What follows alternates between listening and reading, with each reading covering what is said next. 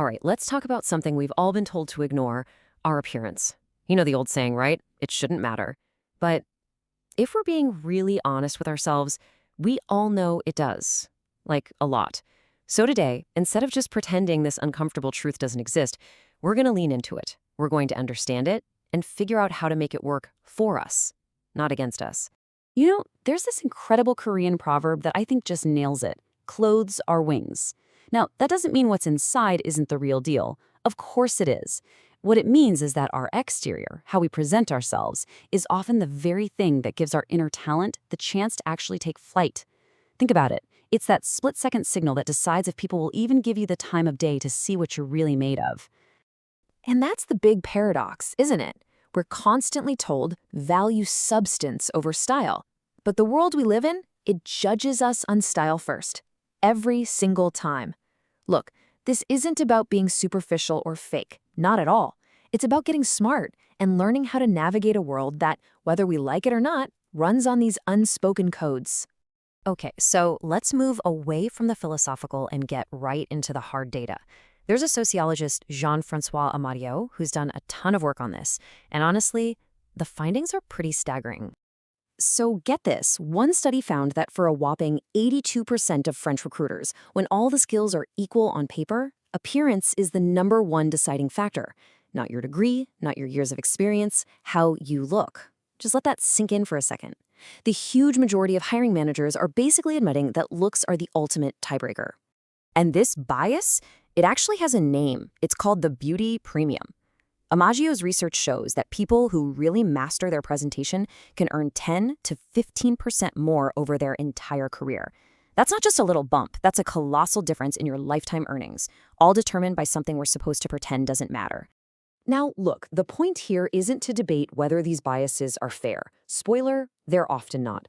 The real question, the one that actually matters, is what are you going to do about it? Are you just going to let these unwritten rules work against you? Or are you going to learn the game and make them work for you? So how do we actually do that? How do we master these rules? Well, the key is this really powerful concept called habitus.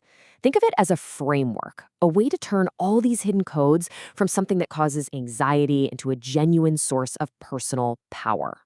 This term comes from another sociologist, Doris Märtin. And habitus is basically our collection of habits.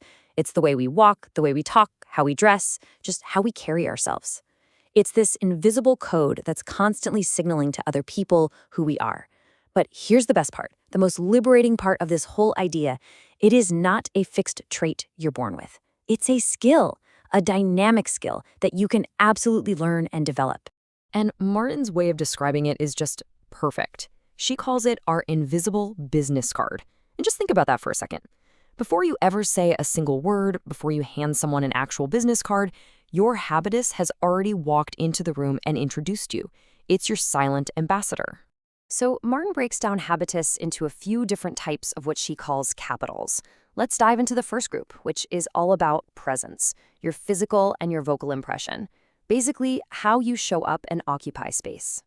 And this is why it matters so much.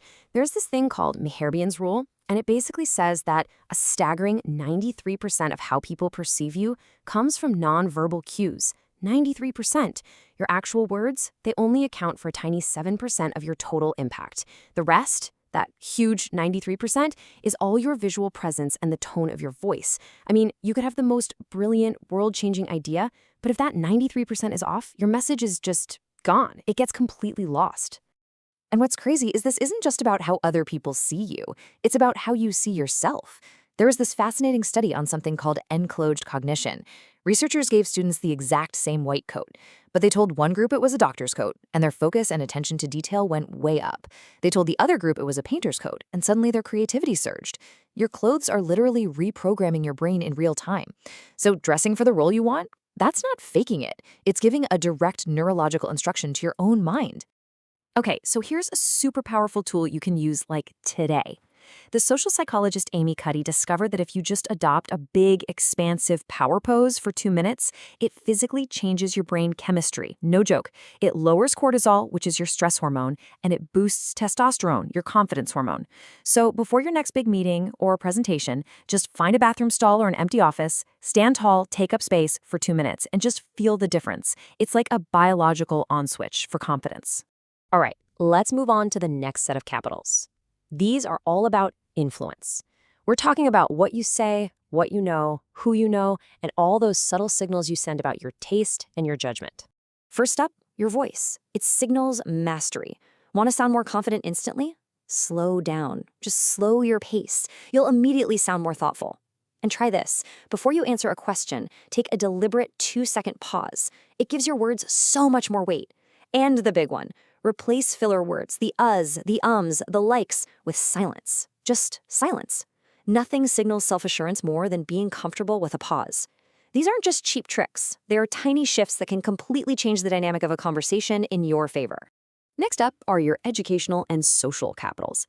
And look, this isn't about having a fancy degree from an elite university or knowing thousands of people. It's built through small, consistent habits. Being curious. That builds your educational capital because it shows you're always growing. And true generosity, not that slimy feeling of networking, that's what builds social capital. It creates real trust, not just transactions. It shows you're someone who brings value to the table. And finally, let's talk about economic capital. And please, hear me on this. This is not about plastering yourself with expensive logos. It's about signaling good judgment through coherence. Think about it. A quality pen, a pair of shoes that are clearly well cared for, a simple but elegant watch. These things signal that you understand that real value isn't shouted from the rooftops. It's demonstrated quietly. And that kind of quiet confidence, it inspires way more trust than loud luxury ever will. Okay, let's bring all of this home. I know after hearing about all these codes and capitals and rules, it's easy to think, wow, so this is all about becoming someone else? About being fake? But I promise you that is not it at all. Let me be super clear about this. Mastering your habitus isn't about being inauthentic. It's the opposite. See, you already have the skills. You already have the talent. This whole process, it's just about cleaning the window so that people can finally see the brilliance that is already inside you. Really, doing this work is an act of deep self-respect. It's about getting rid of all the static so your signal can finally come through loud and clear. It's about giving your competence the packaging it has always deserved. It's about giving yourself permission to finally be seen. Remember, your clothes are wings. Your posture is a biological command. Your words are currency. These are not just cool ideas. They are tools ready for you to use. So the only question left is, starting tomorrow, what are you going to make them say?